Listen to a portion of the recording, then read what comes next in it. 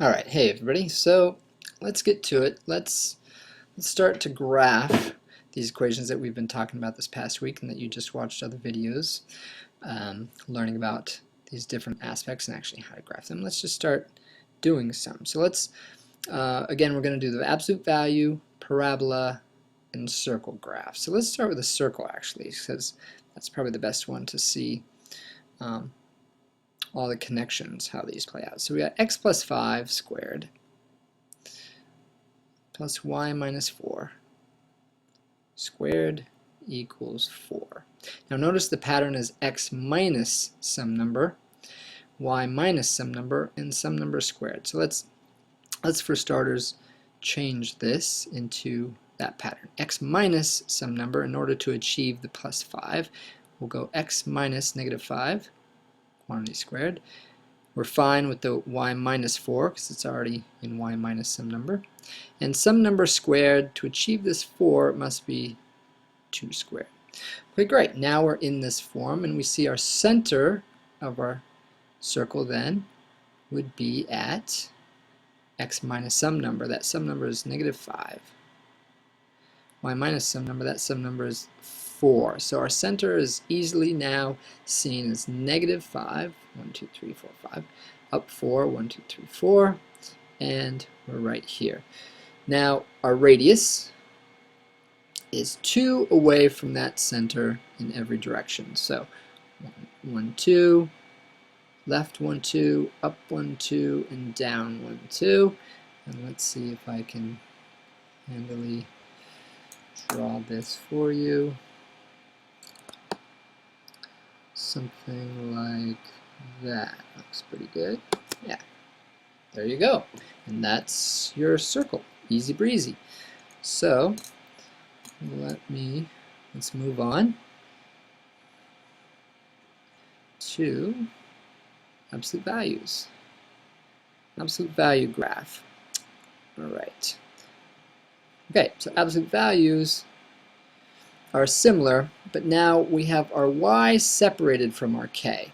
So in this case, we're gonna take the sign and the number of whatever number is out here, if there is one, but we're still going to say x minus some number for our vertex, remember. So let me give you one like this. Say we have y equals 2, absolute value of x, let's say plus 2. Okay, so we say, okay, so we see our a is 2, our x, let's expand this to our formula, x minus nothing, and then plus 2. So that helps us see that vertex is at the coordinate 0, comma, 2, just like that. All right, so left and right 0, up 2, we place a dot. Now we come over here. To help us find the next dot, we can consider this like a slope. It's a positive 2, so from this vertex we'll go up 2 and to the right 1. But we know it's a V, so we'll go up 2 to the left 1. And from these points, up 2 to the right 1 again, up 2 to the left 1 again. And we know our absolute value graphs are V's, are linear rays emanating from this vertex point. And let's see if I can construct something like that. All right, so a second example would be y equals, let's go negative 2. Let's see what that does. We'll keep this the same, so you can compare and contrast, and say negative. Okay, so now our vertex is still next coordinate of 0. It's not shifted left or right or anything, but we see here that k is negative 1. That means the vertex is shifted down 1. So let's go ahead and plot that dot. Left and right 0, down 1. Make that dot. And from here we see it's negative 2. So from the vertex we'll go down 2 to the right 1. Down 2 to the left 1. Down 2 to the right 1. Down 2 to the left 1 from that dot. And we know it should be a V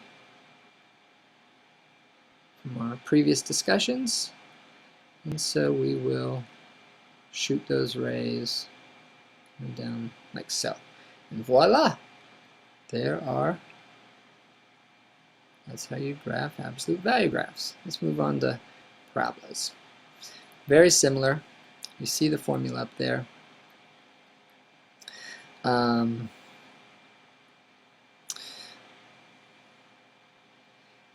Is the same as the absolute value, except for, okay, instead of x minus h with absolute values, we have the quantity is squared, and that will give us our curvy exponential growth. So let's go with y equals x minus 10. Yikes! Sorry about the chicken scratch. 2 plus 1.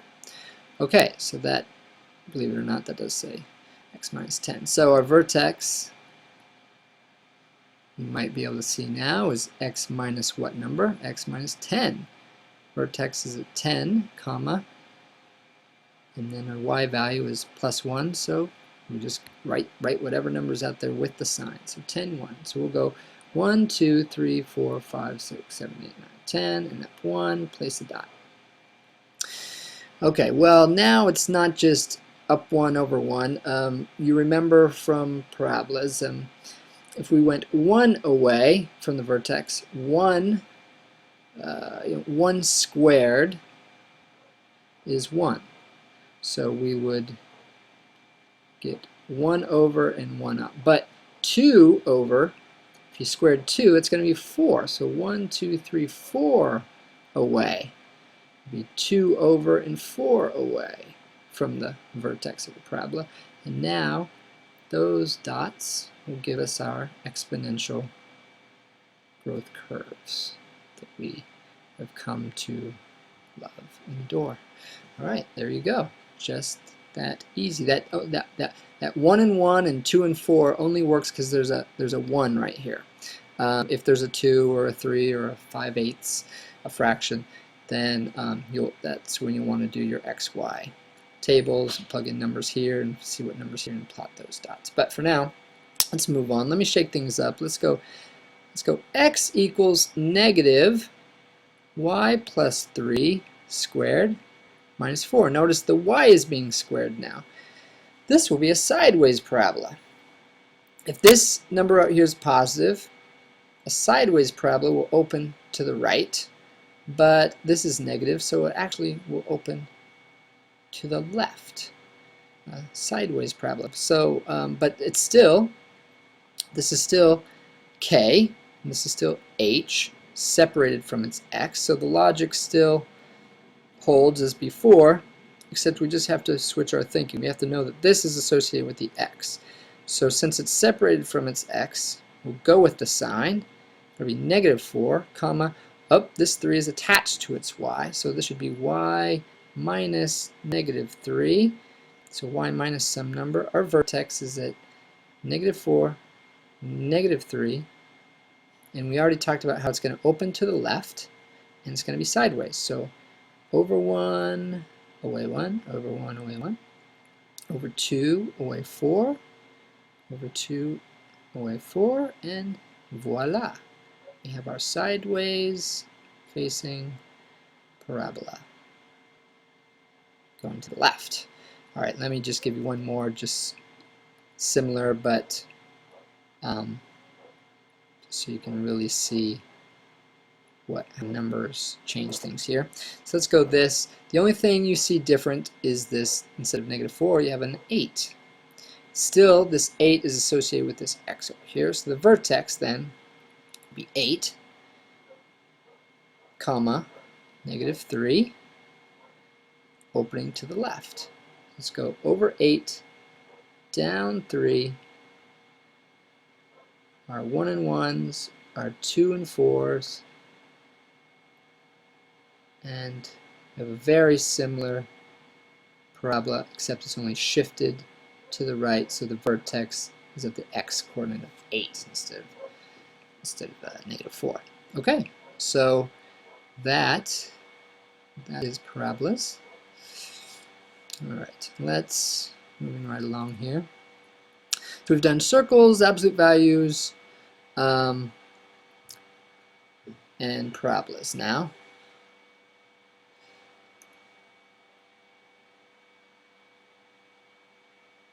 Okay, let's do some horizontal lines.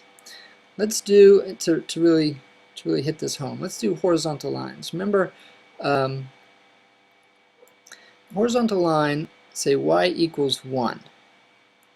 Well, if x is -9, y is 1. What about if x is 7, way over here? Guess what? Y is still 1. There's no x to plug in these numbers for. So no matter what x is, y is always going to be 1 in this case. So we'll simply draw this line to represent no matter what x is, y is always 1. Let's do 3 more. Let's just go y equals 4. Okay. Again, if x is 3, y is 4. If x is 7, y is still 4. Okay, great.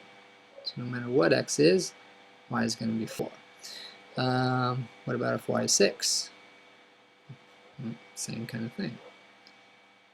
So it's going to be y is 6. These arrows represent it will go on forever. Okay, one last one. I think you get it, but just to hit it home, wonder if y equals -3. If x is -2, y is -3. If x is +2, y is still -3. So just remember, y equals some number is a horizontal line.